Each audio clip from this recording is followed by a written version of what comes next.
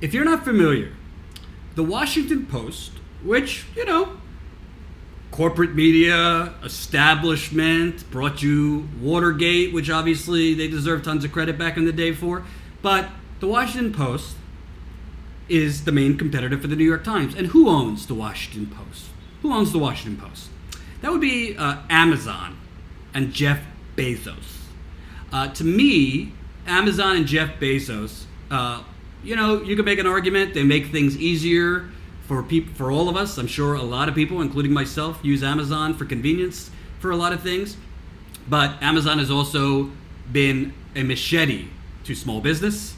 Amazon has been a machete to retail mom and pop shops, and Amazon has essentially made the media portrays them as really innovative and all that, basically by having horrendous working conditions for their workers and paying their workers dirt cheap. So basically, so that you could get, a workout band or whatever the hell people are ordering from Amazon. Got to take a break. Zachary Kirkpatrick, thank you so much. Zachary just contributed to the GoFundMe, $150. What a birthday present. And by the way, just so you know, when you contribute $100, you get a shirt or a hat.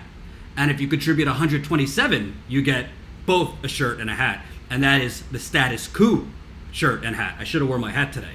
So Zachary, you'll be getting a shirt and a hat. Thank you so much for the $150.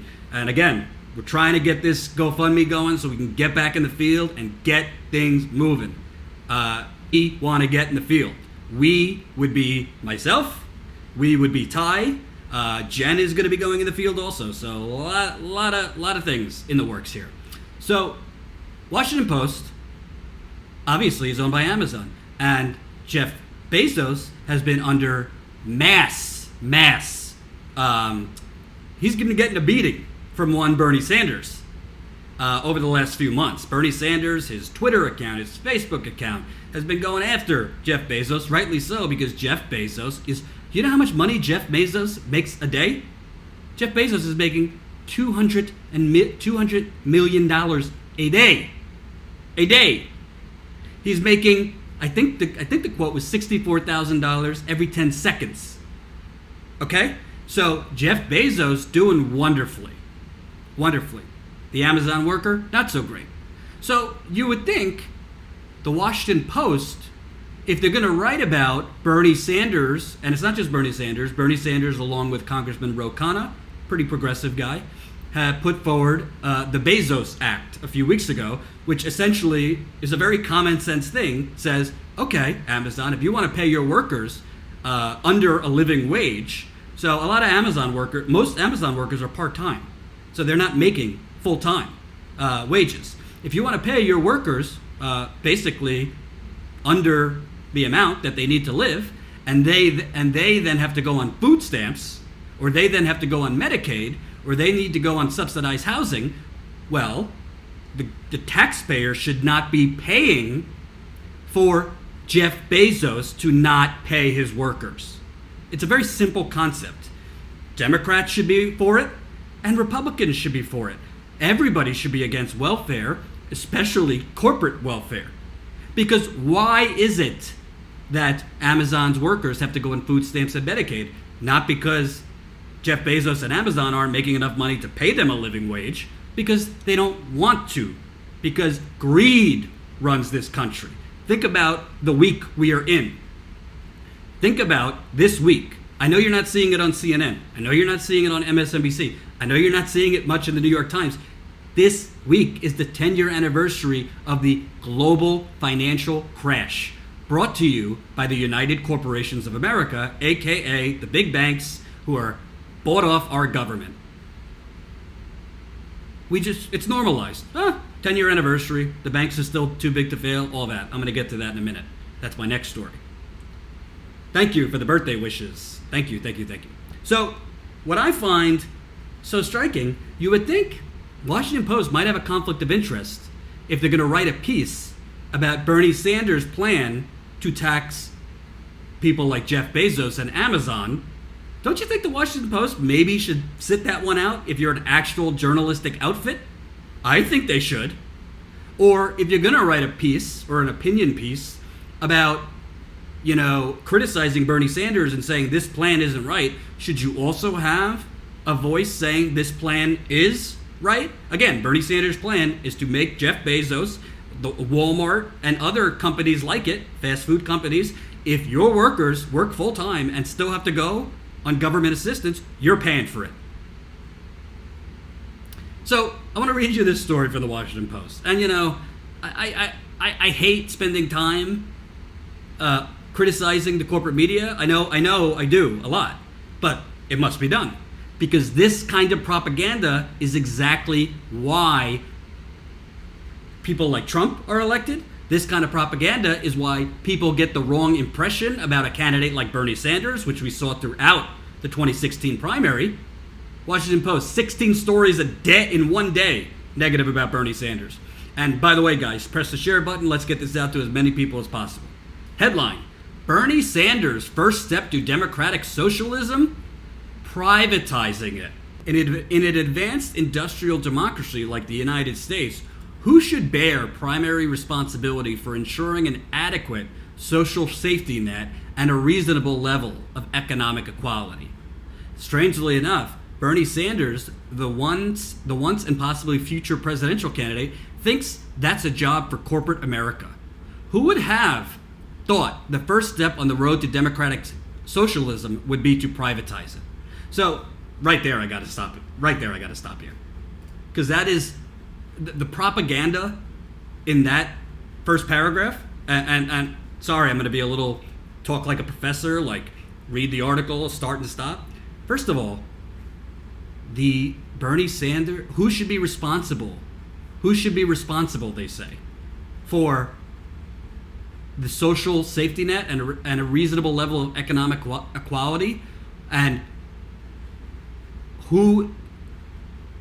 they're saying that Bernie thinks it's corporate America's job to cover the social safety net? No, that's actually not what Bernie Sanders is talking about at all. But because the Washington Post, who, by the way, is literally writing a piece, sorry for my crassness, giving a figurative blowjob to its parent company, Jeff Bezos, and its owner, Jeff Bezos, which is not journalistic at all, it's propaganda. Okay, so that would be like when I was at the Young Turks. If I wrote a piece on how amazing, Cenk Uygur was, who would believe that? It's you don't like, or if there was something Cenk was doing or something he was involved with, writing about how amazing it is. No, that's a conflict of interest. Okay, so they're saying that Bernie Sanders thinks corporate America should be responsible for the social safety net. No.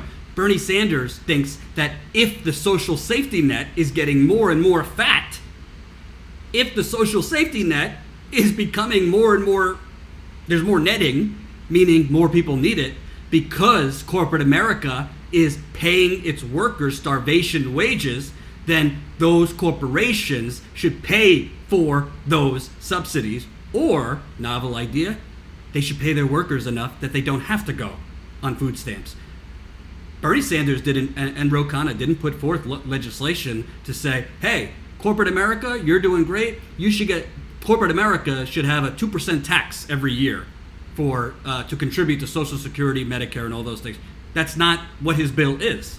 He's saying if Amazon and Walmart and McDonald's and Burger King and all these elite companies hoarding money don't want to pay their workers, and as a result their workers have to go on subsidies and food stamps, well, they should pay for it. That's not privatizing the cost. That's actually called accountability. That's what the government is supposed to do. That's called reining in monopolies. That's called reining in antitrust. That's called ending corporate welfare. Thank you, Phil, for that comment. So right there, they're being totally dishonest with their audience. But what do you expect? Because Jeff Bezos Amazon signs their paychecks at the Washington Post. So let me continue. Or so one concludes from reviewing Sanders' proposal to tax large employers, 500 or more, $1 for every dollar their workers and their family members get in means-tested federal benefits such as food stamps or Medicaid. He says the plan would prevent giant corporations run by plutocrats such as Amazon's Jeffrey Bezos, parentheses, owner of the Washington Post. Well, thank you, Washington Post, for admitting you're basically doing a press release for your owner. I mean, this is a press release. It's astounding. From passing the tab for their underpaid employees' well-being to the government. Corporate welfare, Sanders calls it. It's an interesting new role for Sanders, tribune of taxpayer resentment, and it has led to a certain left-right populist fusion, with Tucker Carlson of Fox News echoing the Vermont senator on his show. So this isn't, I'm not interrupting here for a policy point, I'm interrupting here for a bias point. Because as I always say, I don't have a problem with media that has a point of view. I don't have a problem if the Washington Post comes out tomorrow and say, hey, we're for the establishment Democrats, that's who we are. But when you pretend you're not, and then you have lines that are so dripping in bias, look at this line. The Bernie Sanders, where is this? It's an interesting new role for Sanders, tribune of taxpayer resentment. I mean, why don't you just call him Hitler while you're at it? Bernie Sanders is tribune of taxpayer resentment? No, Bernie Sanders is speaking on behalf of the righteous anger of American citizens. By the way, and the working class. By the way, so is Trump. The only difference between Bernie and Trump is Trump didn't mean it, and he was a fake populist, and Bernie's the real deal. So, I continue. Yet as others, including the Center on Budget and Policy Priorities, a liberal Washington think tank that specializes in poverty-related issues, have pointed out the Sanders plan would be counterproductive, a huge disincentive to hire poor people possessing only entry-level job skills. Oh, give me a break. Give me a break. Hold on. And for a poor person with entry-level job skills, the only thing worse than working for $10 an hour at a Walmart and relying on food stamps and Medicaid would be having no job and relying on food stamps and Medicaid. So basically, this sentence, written by the Washington Post on behalf of its owners, is, well, you know, the reason we're paying you starvation wages is because it's an entry-level job. But that's not true, because not all Amazon is an entry-level job. And by the way, guess what? In this new jobless economy that we live in, there's a lot of people with a hell of a lot of experience working at places like Amazon or Walmart that can't get an actual real job. So basically, this sentence right here is telling you, well, you know, tough shit. Tough shit. And for a poor person with entry-level job skills, the only thing worse than working for $10 an hour at a Walmart and relying on food stamps and Medicaid would be having no job and relying on food stamps and Medicaid. And I want to get to the psychology of the corporate media and the Washington Post, because this is critically important. And this is part of the reason we've had neoliberal rule for so long, because we have neoliberal media. They're saying, well, we have to do everything we can for the corporations to be able to compete. We have to do everything we can for Jeff Bezos and the Walton family to do well. So we need to offer them workers that will make $10 an hour so they could make the necessary profits. That's exactly why Bernie Sanders took off in 2016. That is why you have seen a progressive uprising over the last few months and years since 2016, because Bernie Sanders talks about the moral economy. That in a capitalist system, sure. Bernie Sanders doesn't say he's against corporations and people like Jeff Bezos making money. If you work hard, you should be able to make money. That's not what he's saying. He's saying there's a limit. He's saying you should not make $266 million a day. You should not make $64,000 an hour if it means that your workers are not going to be able to feed themselves and their family. That's called the moral economy. But the Washington Post story basically says, well, if Bernie Sanders' plan went through, what that means is corporations they're not gonna hire these low-wage workers, because then they would have to pay for their subsidies. Yeah, that's the point. So if if they're not going to hire them, in order not to pay for the subsidies, guess what? You move them up to $15 an hour. I mean, this isn't complicated, but the Washington Post is basically saying, well, that would be a burden to the corporations. That would be a non-starter for Amazon to hire these workers. And then they wouldn't actually have jobs, and they'd have to solely rely on food stamps. So really what you're saying is, we don't want to burden Amazon. We don't want to burden Walmart. We don't want to make it so they can't hire. That's the sickness. That's the sick mentality. They can hire them at higher wages and still make hordes and hordes of sickening amounts of money. They can afford to do it. They are greedy, and this economy and country is based on social Darwinism and greed, so they don't want to. Jeff Bezos doesn't want to pay his workers a living wage.